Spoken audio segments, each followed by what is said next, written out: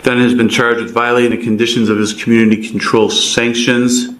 Scheduled for a probable cause hearing today. We're in open court with the defendant and his attorney, Mr. James Matthews.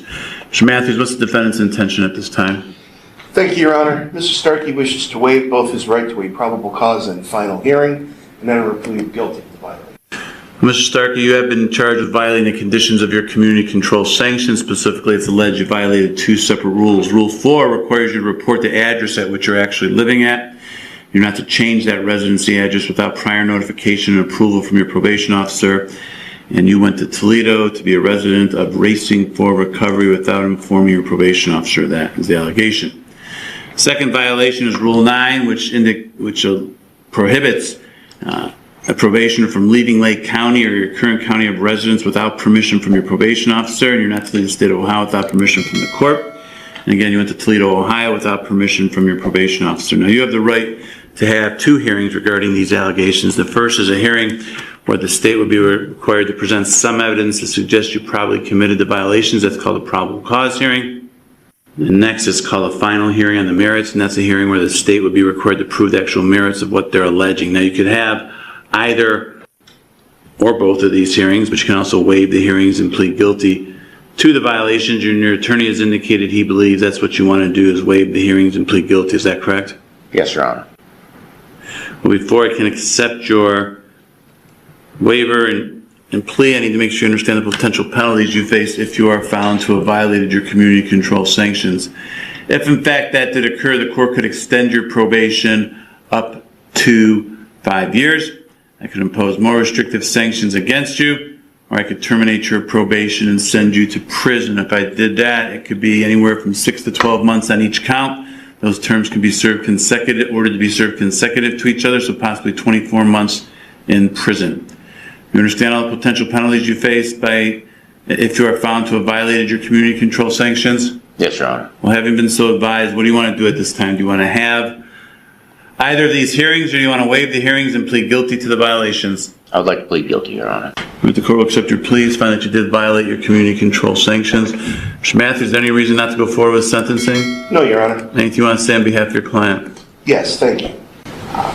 Your Honor, Mr. Starkey is asking to remain on community control. He is indicating that if he is able, he believes he may be able to get his job back at Longhorn Steakhouse, and would like to address the court as to the specifics of these violations. Mr. Starkey, you have the right to address the court before your sentence. You can say anything you want. Is there anything you want to say at this time? Yes, Your Honor. Go ahead. First, I'd just like to apologize for troubling everyone here today. It all falls on my blame. I did not properly read the rules of probation. I thought it stated that I had to get permission to leave the state. I did not. I must have read it too fast when I signed it, and Craig Berry showed it to me when I was arrested. So I did violate. There's no doubt about that. You've been on probation in Lake County multiple times before. Those rules, the same rules have been in place since I've been a prosecutor 35 years ago. It's been a long time. I honestly, though, I thought it said I had to get permission to leave the state, and I apologize for that.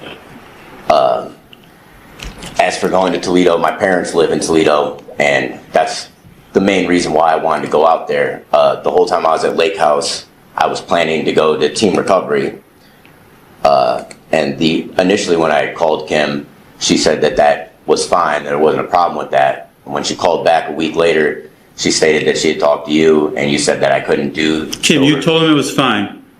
No, I did not tell him that it was fine. I said, you don't have a condition of sober living. I said, now I will say I said this. I said, I don't see where it would be a problem, but let me call the judge and talk to him first, because it wasn't a condition of his. But I very clearly called him back after I spoke with you and said the judge said absolutely not. Go ahead, Mr. Starkey. Okay. Yes, so she had called me back. Originally when I talked to her, she said that there wouldn't be a problem. And I guess afterwards she talked to my counselor and then called me back and said that she talked to you, and you said I couldn't do sober living in Toledo. If I wanted to do sober living, I had to do it in Lake County. And I asked her that didn't seem fair to me, and she said that I should write you a letter. So after getting off the phone with her, I called my attorney, Brad Wolf, and asked him what I could do about it. He said to call and get clarification from Kim exactly what it was that I wasn't allowed to do.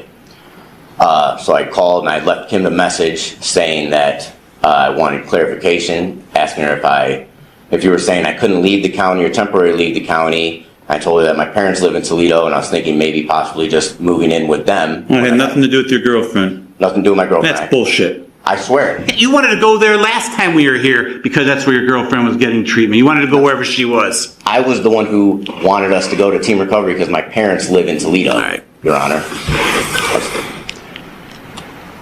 I left a message and said I was thinking about maybe just moving in with my parents. At the time, I was considering that option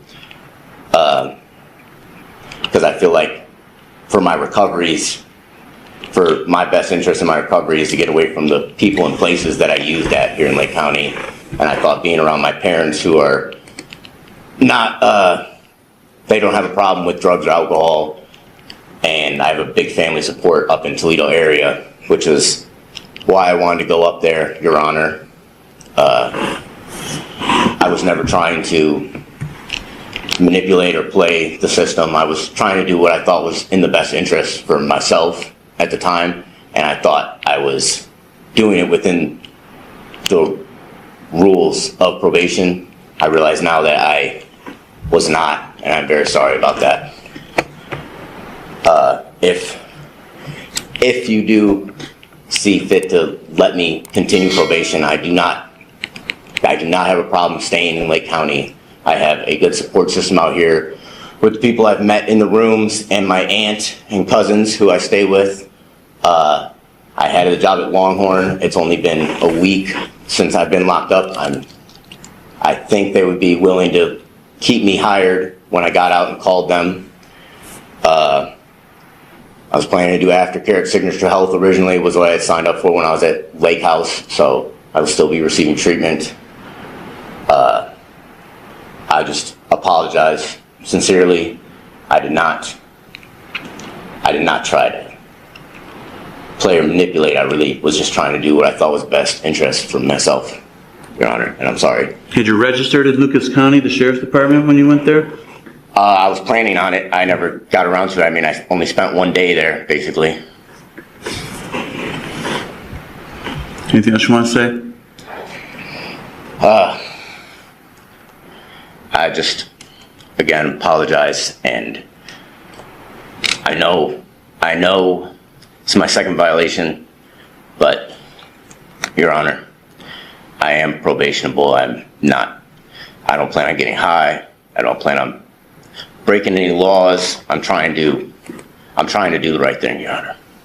And I apologize for Kim for the misunderstanding. I was not trying to, manipulate or anything. I was just trying to do what I thought was best for my recovery, and I did what I thought was best. Defendant got a big break to begin with in this case at the time of his original sentencing. He had just been released from prison not too much before he decided to sell drugs. He had two separate transactions which he was convicted of. Despite that, not only did I give him probation, but I gave him work release so he wouldn't lose his job. And then after that was over with, he lost his job. Got violated. Should have been an easy decision to send him to prison at that point. I didn't do that. I gave him another chance.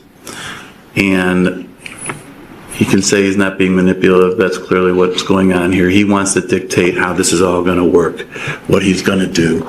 And that's not the way this works. He's been on probation multiple times before in the past. It's been the same rules for all these times. But despite that, he's got multiple probation violations. It's not, he says he's probationable. He's demonstrated he's not probationable, not just in this case, but all the prior cases as well. Prison is consistent with the purposes and principles of sentencing, and court finds defendant is no longer amenable to available community control sanctions.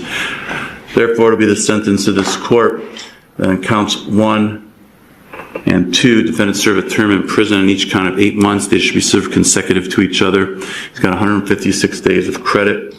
Need to advise you upon your release from prison. You may be placed on post-release control for up to 2 years. If you are and you violate any of those conditions, the parole authority can return you to prison as punishment for violating the rules for another 8 months, the maximum being 50% of the term I just imposed. Any additional prison term imposed for violating post-release control is being imposed as a part of the sentence at this time.